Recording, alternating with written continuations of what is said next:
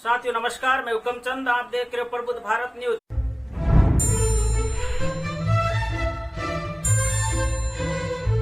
इस वक्त की बड़ी खबर, उत्तर प्रदेश यूपी पुलिस प्रशासन और सरकार की एक कैसी तानाशाही। देखिए, किसान अपने हक और अधिकार के लिए धरने पर बैठे हैं। वहां पर भीम आर्मी चीफ चंद्रशेखर आजाद जी जाना चाहते थे।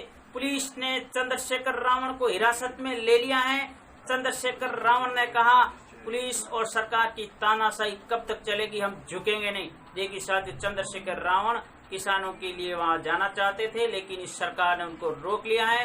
चंद्रशेखर ने सरकार को चेतावनी दी है। इस वीडियो को आखिर तक आप देखिए। अपनी बात रखना जो है आपका अधिकार है, लेकिन यूपी में आप अभी ऐसा नहीं कर पा रहे हैं। यूपी में जो है, आप जब भी, मैं संभल वाले इशू में जा रहा था, मुरादाबाद वाले मामले में जा रहा था, मैं अमरोहा वाले मामले में जा रहा था, उसमें मुझे रोक लेगा। और आज मैं किसान भाइयों के जो किसान जो है इस देश की रीढ़ है, अगर अन्नदाता खुशहाल नहीं है तो देश खुशहाल नहीं हो सकता है।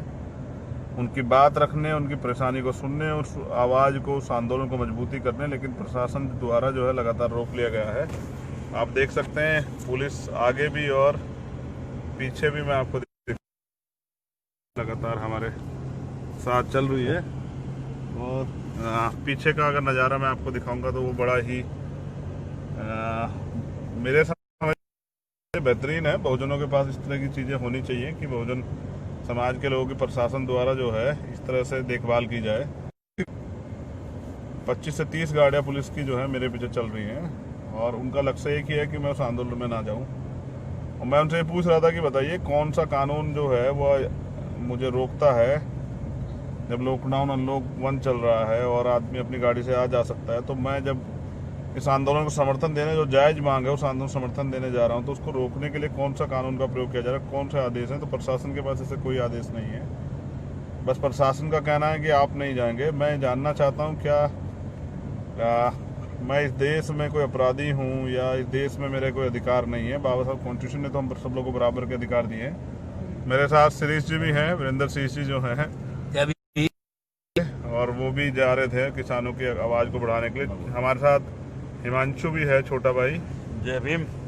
तो हिमांशु भी जो है, हम सब लोगों का प्रयास ये था कि उस आंदोलन को मजबूत किया जाए, और हमारा अपना समर्थन जो है हमने पहले ही दे दिया था। लेकिन सड़क के, क्योंकि मेरी तो पहचान ये आंदोलन से है, सड़क पर उस आंदोलन को पहुंचाने के लिए, क्योंकि इस देश में जब संसद में किसान नहीं है और जब मजदूर नहीं है तो उनकी आवाज़ भी नहीं उठेंगी। सर छोटू राम वो कहते थे, मंडी और पाखंडी दोनों से बच के रहना। मंडी का मतलब होता है व्यापारी, और पाखंडी जो झूठ के दम पे जो है कार्य करते हैं। तो मंडी से बचने का मतलब यही था कि राजनीति में व्यापारीकरण नहीं होना चाहिए। आज व्यापारीकरण हो गया। परिणाम ये है कि किसानों की, मजदूरों की कोई आवाज़ नहीं उठाने वाला है। अच्छे सच्चे लोग, ईमानदार लोग विधानसभा में, और पैसे वालों की सरकारें होगी, पैसे वालों की राजनीति होगी, तो गरीबों की बात नहीं हो पा रही है। मैं ये बता देना चाहता हूँ, अगर अब भी आप इसमें राजनीति में भागीदारी नहीं करते हैं, अब भी आप जैसे काम करने वाले कर्मठ नौजवान साथी वहाँ नहीं जाते, ईमानदार लोग नहीं जाते, पुराने लोग नहीं जाते हैं, तो आप समझिए कि वो दिन दूर नहीं कि यहाँ की राजनीति जो है वो व्यवसाय जो बन चुका है उसके साथ साथ वो ख़त्म भी हो जाएगी। आप यहाँ न्याय की आवाज़ नहीं सकते हैं। आप यहाँ जिस तरह का लॉकडाउन में जो उनका जरिया बना के उत्पीड़न हो रहा है, आप उसे नहीं रोक सकते हैं। जिस तरह से इस देश में दलित, पिछड़े, आदिवासी, मुसलमानों को सताया जा रहा है, किसान जो है वो, फसल का समय था, मजदूर इसलिए बच गया, उसकी भूख से इसलिए नहीं मरा होगी गांव जाने के बाद, क्योंकि फसल का समय था, गेहूं पर्याप्त मात्रा में खेतों में खड़ा था। इसी किसान की वजह से बच गया है मजदूर और उनका परिवार। आप समझिए, किसान, मैंने कहा कि मुखिया होता है, मुखिया जैसे एक परिवार का कोई मुखिया होता है, तो किसान भी देश का मुखिया है। अगर वो परेशान है, उसकी हालत खराब है, तो आप समझिए देश के हालत जो है अच्छे नहीं है। तो कोई दिक्कत नहीं है, इससे घबराने की जरूरत नहीं है। गिरफ्तारियों से, मुकदमों, जेल से तो हम पहले भी नहीं डरते थे, किसी भी हालत में डरते, आज नहीं डरते और आने वाले जीवन में कभी नहीं डरेंगे। लेकिन ये भी एक सत्य है कि जिस तरह की तानाशाही की जा रही है, तानाशाही जो है मुल्क के लिए अच्छी नहीं है। इस झूठी सरकार की कमर तोड़ देगा। आने वाले दिनों में ये नौजवान जो हैं, जो पूरे देश में तंग हाल हैं, ये आपको सबक सिखाएंगे मेरी बहुत बहुत मंगल कामनाएं। उस आंदोलन को मेरा आज भी समर्थन है, हमेशा भी रहेगा। सड़क पे भी अगर लड़ाई लड़नी पड़ी तो हम सड़क पे भी लड़ाई लड़ेंगे। बाकी कोई परेशान होने की जरूरत नहीं है। जेल जाना या मुकदमे से डरना या आंदोलन की जाना, ये हमारे महापुरुषों ने हमें नहीं सिखाया। आप लोग जुड़े रहिएगा, और जहाँ भी आपके पास कोई घटनाएं हो, जैसे बिजनौर की एक बड़ी घटना हुई है, सभी जगह में मामले हो रहे हैं, आप हिम्मत से काम लीजिए और अपने लोगों को न्याय दिलाने के लिए संघर्ष कीजिए। मेरी बहुत बहुत मंगल कामनाएं। लेकिन ये याद मैं फिर कह रहा हूं कि अगर आप इस लोकतंत्र, मैं कह रहा था आपसे कि ऐसे समय में भी जब इतनी तानाशाही हो और इस तरह से देश को बर्बाद किया जा रहा है, अगर हक की आवाज जो है, अपने खिलाफ हो रहे अत्याचार की आवाज, तो किसानों की, नौजवानों की, गरीबों की आवाज, महिलाओं के खिलाफ हो रहे शोषण की आवाज अगर आप नहीं उठाते, तो ये भी एक तरह समाज महापुरुषों से धोखा है, गद्दारी है। तो मैं फिर कहूंगा कि नौजवान तो कमर कस के रखें। मैं कल फिर कह रहा था आपसे, कमर कस के रखें नौजवान।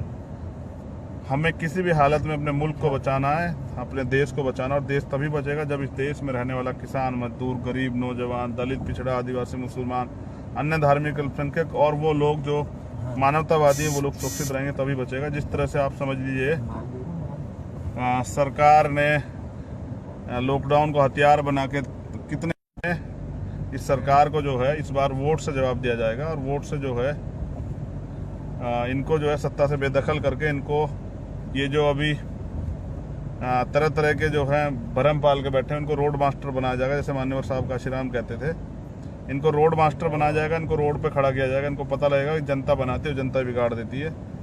तो जैसा मैंने कहा कि किसान जो है, किसानों ने बहुत बड़ी बड़ी और मजदूरों ने सरकारें बदली हैं। अब आने वाले समय में ये किसान और मजदूर जो है, इस सरकार को भी, जो तानाशाही सरकार है जिसने देश को बर्बाद किया, उसको बदल देंगे। जय भीम, जय भारत।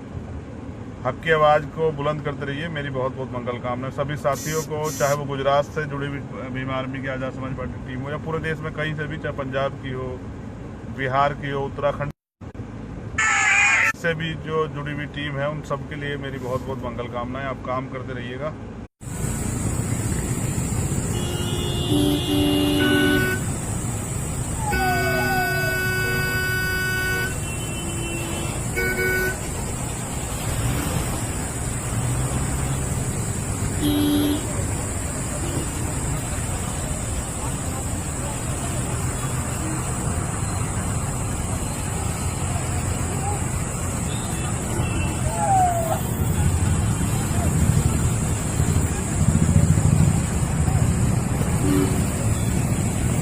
साथियों, अभी तक आपने हमारे चैनल को सब्सक्राइब नहीं किया है तो चैनल को सब्सक्राइब कर दें, बेल आइकन को भी प्रेस कर दें, ताकि जो भी हम वीडियो अपलोड करें उसके नोटिफिकेशन आपको सबसे पहले मिले। तब तक साथियों, जय भीम, नमो बुद्धाय, जय संविधान। फिर मिलेंगे नेक्स्ट वीडियो में।